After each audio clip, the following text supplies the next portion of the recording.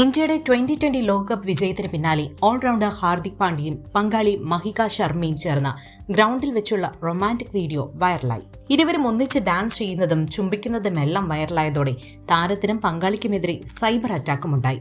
ഇതോടെ മഹിക ശർമ്മയെക്കുറിച്ചുള്ള കൂടുതൽ വിവരങ്ങൾ അന്വേഷിക്കുകയാണ് ആരാധകർ.